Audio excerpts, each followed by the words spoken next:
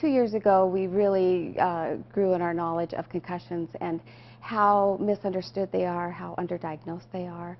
Jill Olson of Peak Performance Physical Therapy knew she had to do something, and the Dylan Steigers Concussion Project was born. Steigers tragically died last spring. The Sentinel graduate took a blow to the head during a spring football scrimmage at Eastern Oregon University. He later passed away in a Boise hospital. The incident might not have been preventable, but it also wasn't the first time Steigers injured his brain. Dylan also had several concussions in high school that his parents will talk about and say how he never would want to report the symptoms because he so badly wanted to play. And that's often the problem with our athletes, is they don't understand that they've truly had a mild traumatic brain injury. And especially with young athletes, their brains are so soft that they could have a couple of mild hits to the head that could end in a coma or end in a life-ending injury. Treating and diagnosing concussions is still a very evolving task. As many as 10% of all contact sport athletes receive one every year, and many of the injuries go unreported. The Steigers Project is trying to help by putting Missoula athletes through a relatively new concept.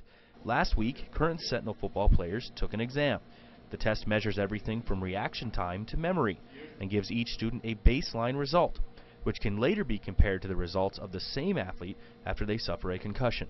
There was kind of like a number key that it went through that was 1 through 25, and you have to go around and count basically from 25 back to 1, and you'd be a lot slower doing that because you'd have to search for the numbers and you'd get distracted and you'd have a hard time paying attention. Focus is a huge thing though, so after concussions, athletes lots of time report that they have a hard time focusing on anything for an amount of time. So to have them take a 25-minute test, they get distracted. The baseline test can be a helpful tool to solve one of the most difficult questions surrounding concussions.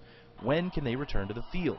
Montana law requires a medical provider's signature before a concussed athlete can play again, and the test provides a great way to measure if the brain has truly healed.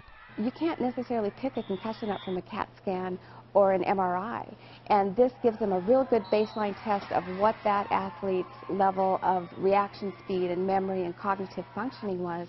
And then after they have their concussion, they take the same test again, and we have their exact measurement to compare to.